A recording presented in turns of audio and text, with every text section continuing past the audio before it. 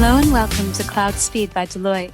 In this regular podcast series, we'll delve into the world of cloud, answering some of those tricky questions, getting to grips with all that cloud has to offer, and keeping you up to speed on recent developments. So let's begin, shall we? Here's your host, Adam Gorguri. Good morning, good afternoon, and good evening, and welcome to our next episode of Cloud Speed by Deloitte. I'm Adam Gogarty, a director in our cloud engineering practice at Deloitte, and I'll be your host for this episode. With the pace of cloud adoption showing no signs of slowing, Gartner predicts public cloud spending in 2026 will exceed 45% of all enterprise IT spend, up from just 17% in 2021. As enterprises increasingly rely on cloud, it is quickly becoming the biggest single contract by spend for many IT functions. So what should enterprises be thinking about when they establish contracts with their cloud providers? To provide you with our thoughts on this topic, I'm delighted to be joined by my colleagues Stephen Reeves from Deloitte Legal. Hi there, thanks for having me. I'm Stephen Reeves, a director in the commercial and technology team at Deloitte Legal. I advise both suppliers and customers on a range of commercial technology deals with a particular focus on cloud and software procurement, including in the financial and other regulated sectors. When I'm not in work, I used to enjoy going out on the weekend, cycling, a bit of photography and cooking. Now I have a young son, so I don't really get much time to do any of that, but I'm looking forward to getting out into the field again. Very similar feeling for me, Stephen, with a little one, so I completely understand that. And George Tilbrook from Deloitte Consulting. Hi, great to be here. I lead our tech sourcing and commercial management practice in Deloitte UK. I've got a team of specialists that advise our clients through the full sourcing life cycles for complex technology procurements. And when I'm not in work, I live out in leafy Surrey, so love a good country walk, relaxing with a book at this time of year, preferably in front of the fire. But I'm actually planning my wedding for next year, so putting a bit of contract negotiation to use with venues and suppliers for that. So Stephen, why don't you kick us off with your view on the big topics in the world of cloud contracting for your clients right now? Thanks, Adam. So the first point to look at is the general landscape that clients are working within at the moment. So the first point within that is the growth of cloud. So there's a long-running trend. It's been going for the last 10 years, increasing year on year. We've seen in the last year with the pandemic, any final barriers or resistance within organizations around cloud now being removed. Lots of stats out there, including revenues at the top hyperscalers up by 2/5 over the course of the pandemic. And one cloud service provider reported as saying that in early 2021, they saw 2 years of digital transformation in 2 months. So there's lots of deals coming through, but it's not just the hyperscalers. There's been a strong growth in the smaller players too. 40 out of the 50 tier 2 tech companies are now cloud providers. And if you do the maths, there's a lot more of the small players than the big ones. So a lot of the projects that are coming through, there'll be some big deals, but there's going to be many, many smaller deals. The other trend is that cloud is not just a technology in and of itself, but it's there to empower other technologies. So, for example, large-scale data analytics is only possible because of cloud technology. And the next big one is likely to be AI. It's not just that the tech is ready for AI, but that there's now the cloud infrastructure ready to power it. And while cloud, data analytics, and AI have been around for a while, and the legal issues for most of these are not new, the challenge that clients are facing is when you blend these technologies together. So if you take legal issues of the two and put them together, it's really more complicated than the sum of its parts. So adding the growth of cloud, which means more cloud contracts, with the increased complexity, there's no longer really comfort in the crowd. You need to get your contracts right, and that's becoming a business necessity. And from a sourcing perspective, I think I've got 3 key points. So one is flexibility. There's cloud service providers are much more flexible than they were a few years ago. Clients should look for partnerships where the service providers are actively investing. We've gone from an old take it or leave it model to a scenario where they're willing to co-invest in moving their clients to the cloud. And we're actually seeing large upfront investments in migration and engineering efforts. The second point is scale. As Stephen mentioned earlier, we're seeing a large number of deals. A lot of them are smaller, but we're seeing some large scale in those deals worth hundreds of millions, or if not, tipping the £1 billion mark of total contract value. And that scale, where it applies, gives them more options for competition and competitive leverage. And that's my third point, that competition is key. Where organizations want to realize the full benefits of that scale and of the flexibility, they need to get the best possible commercial offer. And for that, they need to drive competitive leverage. Yeah, really useful thoughts. And I guess those stats, Stephen, that you've just talked about, I guess in terms of revenue growth, that explains why I feel quite so busy at the moment. I hadn't seen those. But I guess from a legal perspective, Stephen, what are the kind of crunchy areas that you're tackling when you support your clients through those contracting processes? It might sound quite basic, but the first point that we usually have to navigate is which cloud are we buying? So there's lots of buzzwords around cloud computing, cloud itself, SaaS, PaaS, IaaS. They tend to get misused or misapplied. And the issue with that is there's certain assumptions built into those terms, both on the vendor side and on the client side. And those assumptions might not hold up to be true once you dig a bit deeper and look into the details. So one thing the only thing that matters from a legal perspective is what's in the contract. So all of those technical points that we think we're getting certain benefits because of SaaS, for example, if they're not in the contract, then they won't apply. And it's really the lawyers that often the weak link in this, to be honest, but we're there to translate the technical requirements into what becomes the binding requirements that could be enforced in the event of a dispute or something going wrong. Now, if it's not in the contract, then it doesn't apply. So just because it's labeled as SaaS, even if it says SaaS in the contract, doesn't actually mean anything. So you're probably thinking that you're getting a fully managed hosted application, that it's scalable, etc. But that's not necessarily the case. The devil is in the detail, and attention needs to be placed on the contract and the terms that go into the contract. Often these contracts are quite old. There's a bit of a blend, but you can take an old software contract that somebody's updated, and that's what they'll call their SaaS contract. And you can also come from it the other way, where it's a contract that's really says very little, doesn't contain any of the stuff that you're relying on because of the marketing, etc., but that you've assumed is there. Take an example of why this matters. I had a client who was looking to go from using legacy software to using a cloud version of the same software.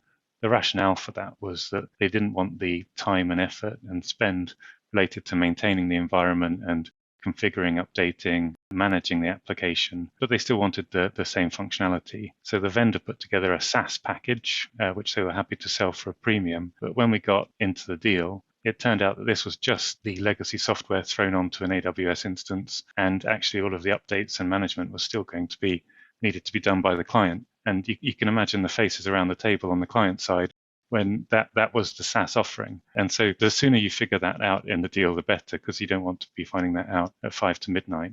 And in terms of other crunchy areas that are front of mind at the moment from the legal realm, I'd say DP. It applies to all cloud contracts in one form or another. There's been some good news and some not so good news on that over the course of 2021.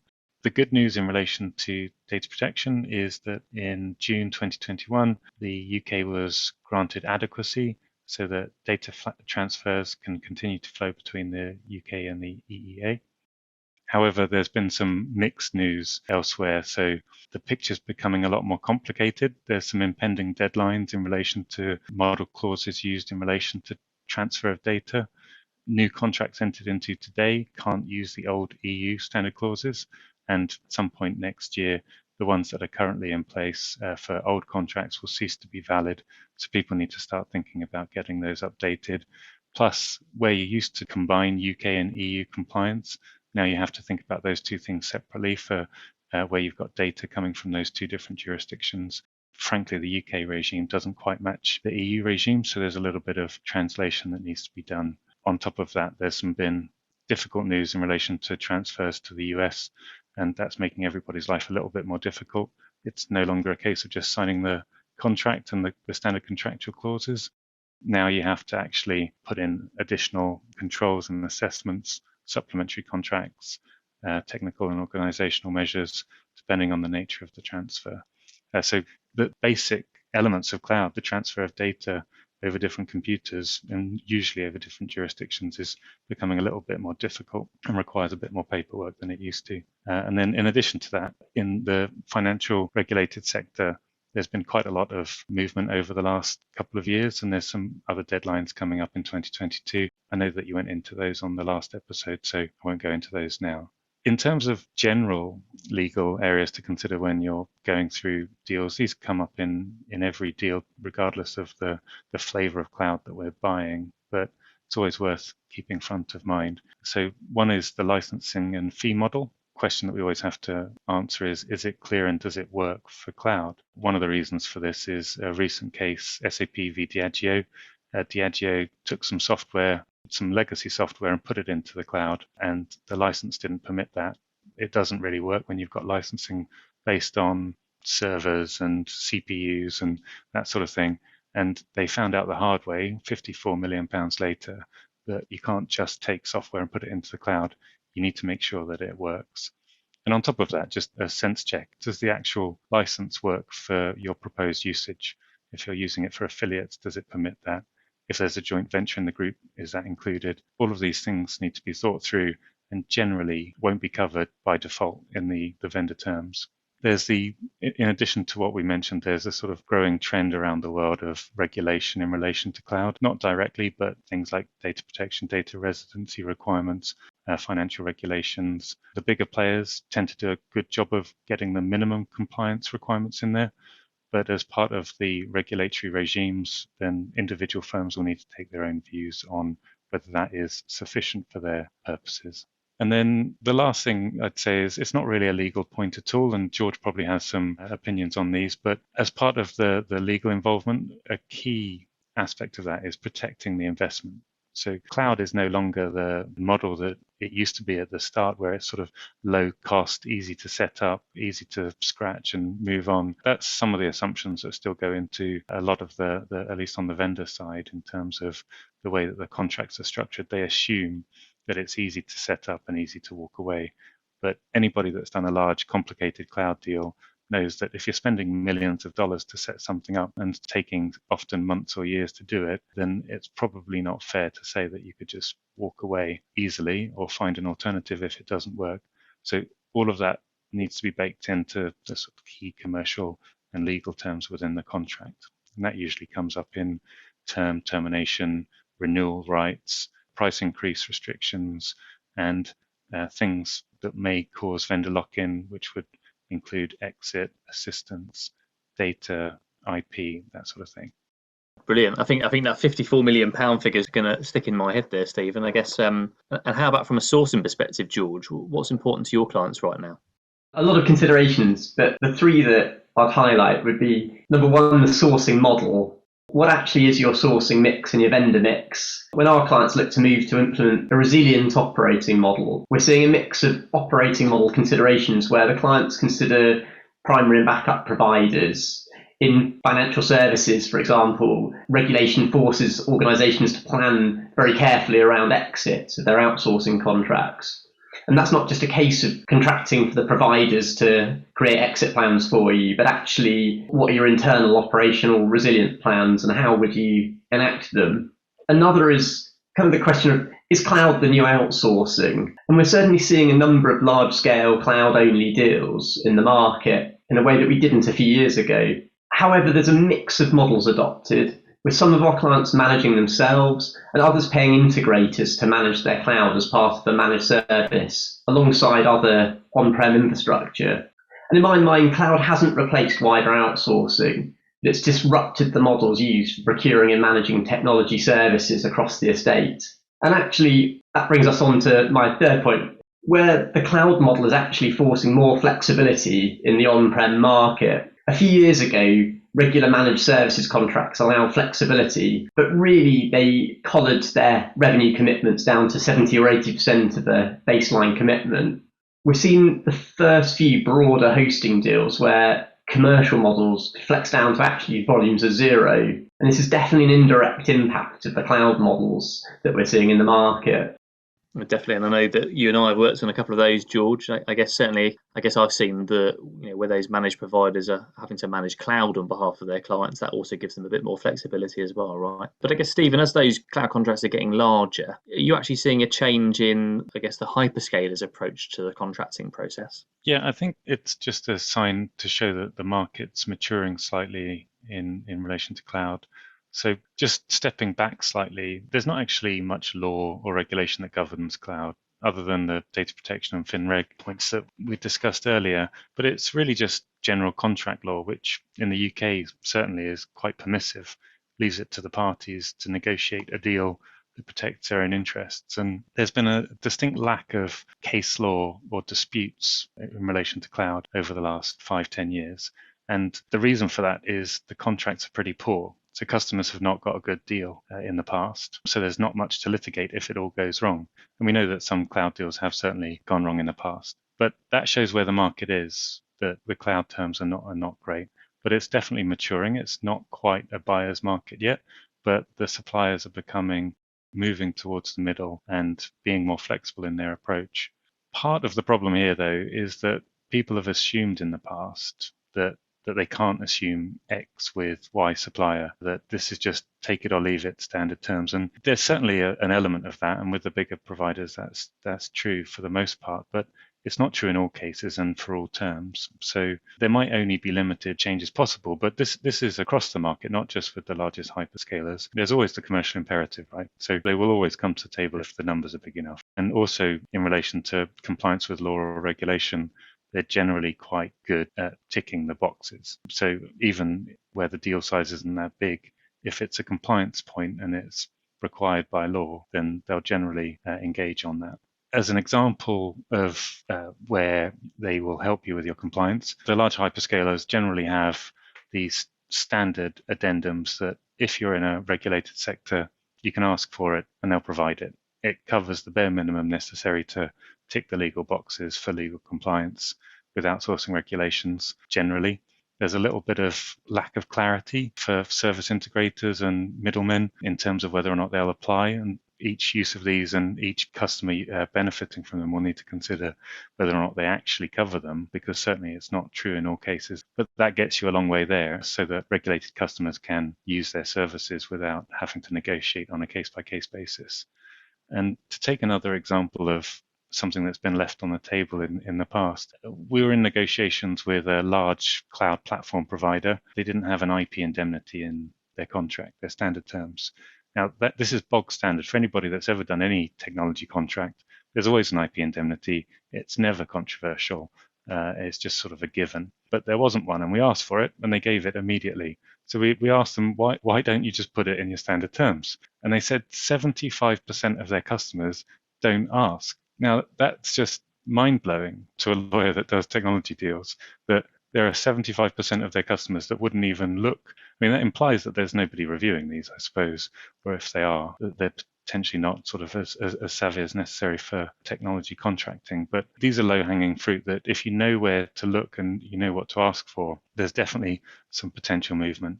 And actually, there's been some movement in quite a few areas, so termination, suspension, security, liability, data protection. All of these, I'm not going to pretend that there was a lot of movement, but for most of those topics, you could secure slightly better terms if you asked and the deal size was big enough. And certainly now, I think going back to the question, with increased competition and maturing of the market, then hyperscalers will be more amenable to negotiation and will offer less of a take it or leave it approach. Perfect. I mean, really, really insightful there, Stephen. I guess so a lot of work really goes into getting the right contracts in place. But I guess from an ongoing operational perspective, George, what's your advice to our listeners? Yeah, there's two sides. I think I'd reiterate getting it right in the contract. Make sure you've got clarity of SLAs, implications for missing them. If you don't agree this upfront, then it's very hard to enforce in an operational environment. But actually, I'd say put in place robust vendor management. Cloud services and wider tech services require strong oversight around service performance, around commercial performance, management of the contract, management of the relationship. And operationally, IT departments need to be ensuring that they scale services down as well as up. Otherwise, the benefits of the cloud kind of can get eroded pretty quickly. And I think investing in the design of that vendor management function, reviewing what it's responsible for, and the prioritization of the technology suppliers, be it cloud or otherwise, is a key tip to IT functions to staying on top of their spend and getting the most value out of these agreements. And I'm sure Stephen's got some views on key positions as well from a legal perspective. Thanks, George. The SLA point, I mean, absolutely having clear and set implications for missing those SLAs is critical. So often getting more credits is one way of doing it, but it doesn't really help, because if you're spending 100 quid and getting 10 quid back in credits, but you're not getting a decent service and it's not workable for your business, you're still paying £90, right? It doesn't really help in the long run. So one thing that I like to do in contracts where possible is to have the idea of termination linked to critical service level failure. And usually I look for catastrophic and chronic breaches. So catastrophic would be like your platform's just not been available for insert time period here, depending on what the platform does. It could be a day, it could be a week or a month, depending on what you're buying and depending on how critical it is to the business. On the other side, if it's there and it's available most of the time, but it's missing the SLAs in 3 months out of 12, 5 months out of 12, again, depending on the criticality of the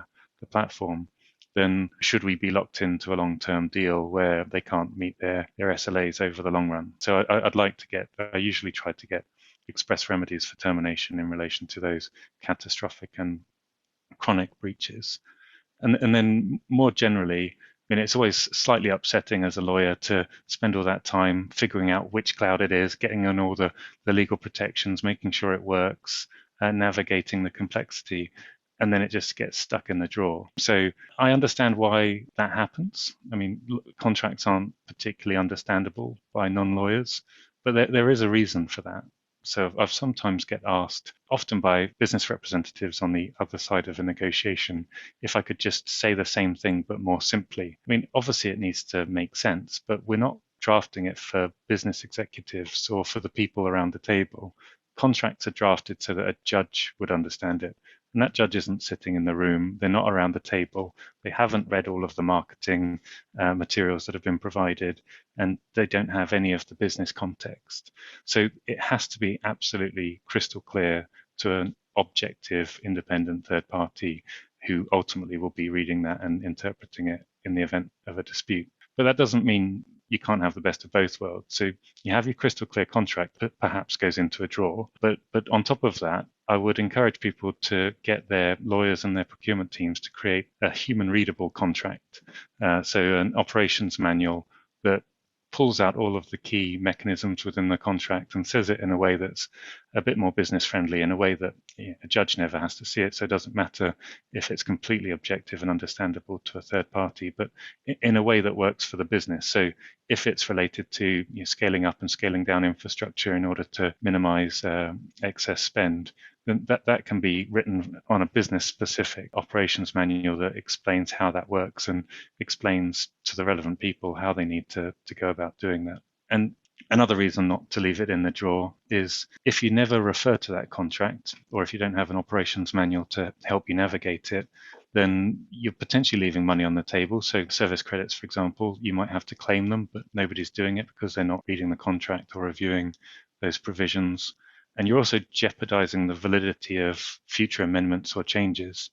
There has been some recent case law in general contract law that focuses on whether or not amendments are valid if they don't follow the express procedures set out in the contract. There's been a little bit of to and fro, but you're in safe territory if you follow the process. So if it says you need to go through this process, sign this form in this template, and have it signed by these people, then you should do that. Otherwise, you're potentially in a situation where you both think that you've agreed to something, but in the event of a dispute, it turns out not to be binding. Well, thanks, David. I think that point around the kind of contracts operations manual is really key. I've seen that to be really effective, certainly with a couple of clients I've worked with. There's been a lot of food for thought on this topic, very broad and very deep. But I guess, what's the number one takeaway from your perspective for our listeners, Stephen? I suppose it would be assume nothing and challenge everything that doesn't seem right. Whether it's cloud, SaaS, PaaS, hosting provider X or Y, it doesn't automatically mean that you need to accept certain terms in your contract. You need to be realistic for the size of deal that you're doing. But there's always, well, almost always some changes possible, especially if it's related to regulation or compliance. And I think linked to that, there are some vendors out there that haven't caught up on what's important and what's market in terms of the shift in balance of power in the market. And it's not always possible to get a good deal or to get a deal that meets your business needs. The worst thing is to figure that out at 5 to midnight, just before you need to sign it for that project to go live to meet a looming business deadline. So figuring out whether or not you're close to a deal or far away early on in the procurement process, rather than right at the end, I think is critical. And that's where I'm sure George has some strategies that could help. Absolutely. And I think my key takeaway is linked to Stephen's points there, which is competition is key. There's a lot of benefits that can be realised, but they're rarely agreed in the evening whilst arguing contract content in a lawyer's office. They're achieved through clear definition of requirements, through a sourcing process, and through leveraging the competitive tension of stages such as RFP and BAFO. And if you know what you want to get out of that deal and what that will deliver, then you can see huge movement in favour of your organisation in terms of what gets agreed in the end. I couldn't agree with you more there, George. I guess, lack of requirements and options kills deals in terms of timelines from my perspective and my experience. So, look, brilliant. Thank you both so much. I think it's been an excellent digest on what enterprises should be thinking about when they establish these contracts with their cloud providers. So thank you so much for your insights. Thanks very much for having me. If the listeners need help navigating the ever-increasing complexities of cloud contracts, then please do get in touch with me or the commercial technology team at Deloitte Legal. Likewise, great to be here. And if anyone has any questions around sourcing and sourcing strategy for the cloud or anything else tech-related or linked to tech supplier management, then please reach out. We'd love to speak to you. Brilliant, thank you. But before we close off, we have our regular rounds of cloud updates. This week coming from Satish Natarajan, our AWS Lead Solutions Architect from Deloitte.